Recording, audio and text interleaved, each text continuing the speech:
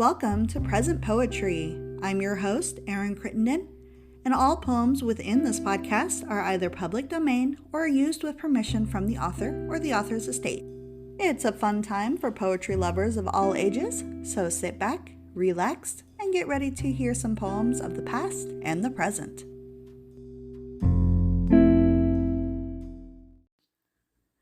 This week's featured poet is Charles Baudelaire. Charles Pierre Baudelaire was born April 9, 1821, in Paris, France, to Joseph-François Baudelaire, a French civil servant and amateur artist, and his young wife Caroline. After his father died and his mother remarried, Charles was sent up to Lyon for education and boarded there for several years. One of his classmates described him as much more refined and distinguished than any of our fellow pupils. After some time, Charles left to attend the Lycee Louis-le-Grand in Paris. He studied law, which was the default major for those without a career in mind, and received his degree in 1839. However, instead of going into law or diplomacy, Charles decided upon a literary career, much to the disapproval of his family. To combat his decision, Charles's stepfather sent him to Calcutta, India in 1841. However, the trip instead left strong impressions of the sea, sailing, and exotic ports, which he later employed in his poetry. Upon his return to Paris, Charles wrote some of the poems within Les Fleurs du Mal, his first collection. He also became known as a dandy and a free spender, which eventually prompted his family to place his finances into a trust so he wouldn't squander them.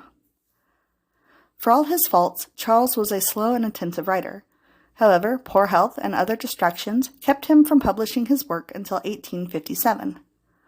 Les Fleurs du Mal, or The Flowers of Evil, became his most famous volume of poems.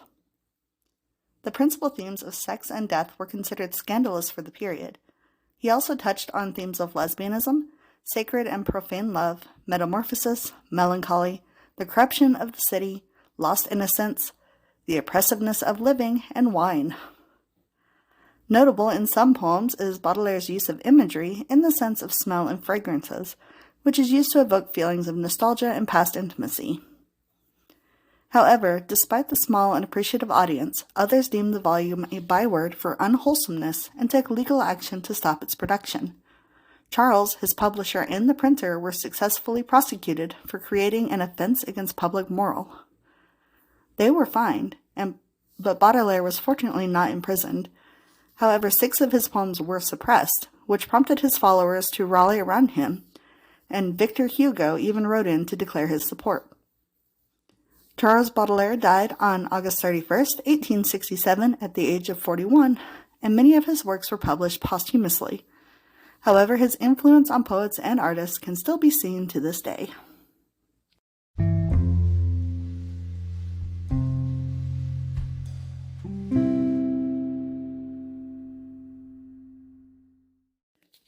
This poem is called Echoes.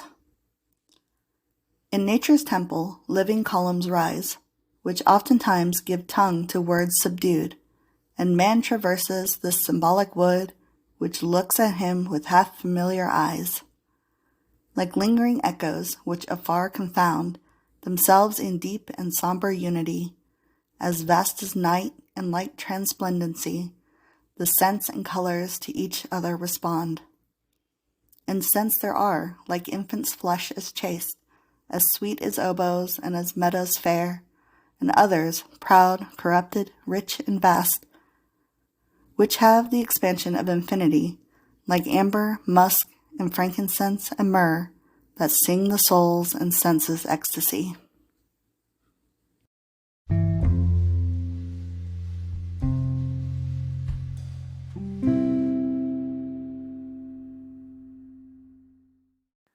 This poem is called Ill Luck. This heavy burden to uplift, O Sisyphus, thy pluck is required, and even though the heart aspired, art is long and time is swift. Afar from sepulchres renowned, to a graveyard quiet apart, like a broken drum, my heart beats the funeral march's sound. Many a buried jewel sleeps in the long-forgotten deeps, far from mattock and from sound. Many a flower wafts aloft its perfumes like a secret soft within the solitudes profound.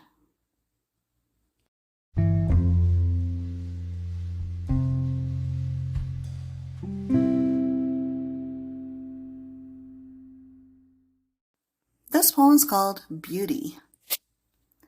I am lovely, O mortals, like a dream of stone, and my bosom, where each one gets bruised in turn, to inspire the love of a poet is prone, like matter eternally silent and stern.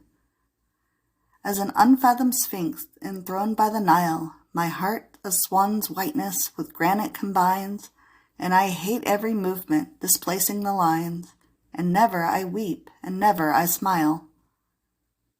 The poets in front of mine attitudes fine, which the proudest of monuments seem to implant, to studies profound all their moments assign. For I have all these docile swans to enchant, two mirrors which beauty in all things ignite, mine eyes, my large eyes of eternal light.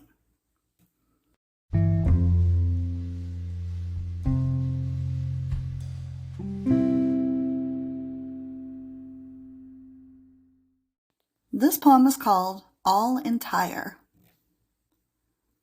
The demon in my lofty vault this morning came to visit me, and striving me to find at fault, he said, fain would I know of thee.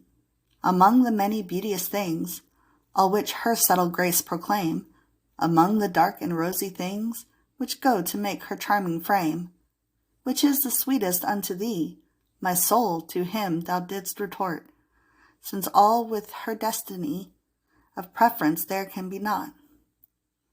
When all transports me with delight, if aught deludes I cannot know, she either lulls one like the night, or dazzles like the morning glow.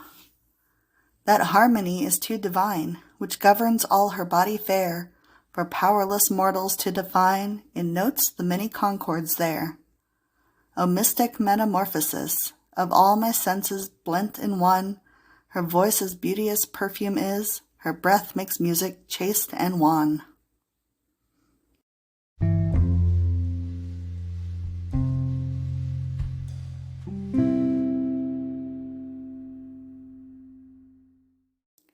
This poem is called Obsession. Great forests, you alarm me like a mighty fane, like organ tones you roar, and in our hearts of stone, where ancient sobs vibrate, O halls of endless pain, the answering echoes of your De Profundis moan. I hate thee, ocean, hate thy tumults and thy throbs. My spirit finds them in himself, the bitter glee of vanquished mortals, full of insults and of sobs. I hear it in the mightiest laughter of the sea. O starless night, thy loveliness my soul inhales, without those starry rays which speak a language known, for I desire the dark, the naked, and the lone. But even those darknesses themselves to me are veils, where live, and by the millions neath my eyelids prance, long, long departed beings with familiar glance.